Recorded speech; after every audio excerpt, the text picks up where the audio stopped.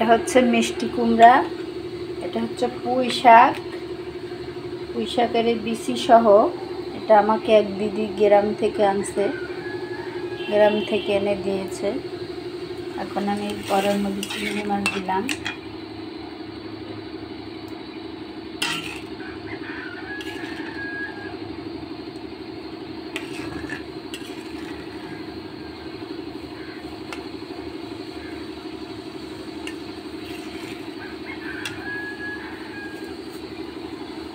কাঁচামরিচ পেস্ট দিলাম,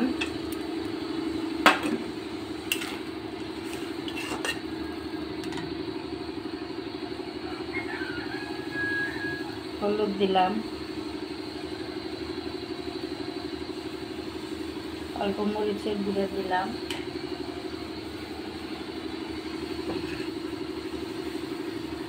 লবণ দিলাম। এখন এটা সুন্দর করে কষাই নেব।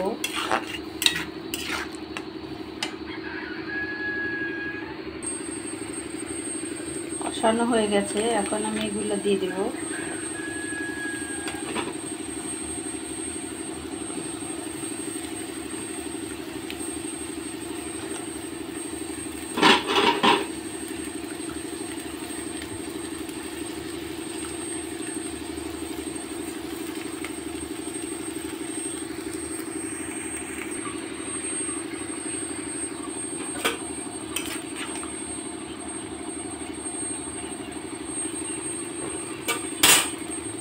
ঢেকে দিব।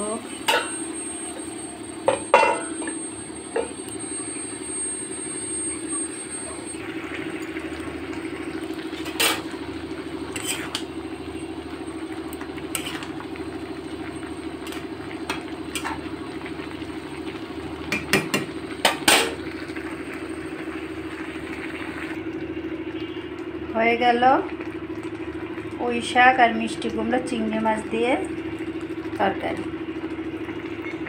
এখন নামাই ফেলব। হয়ে গেল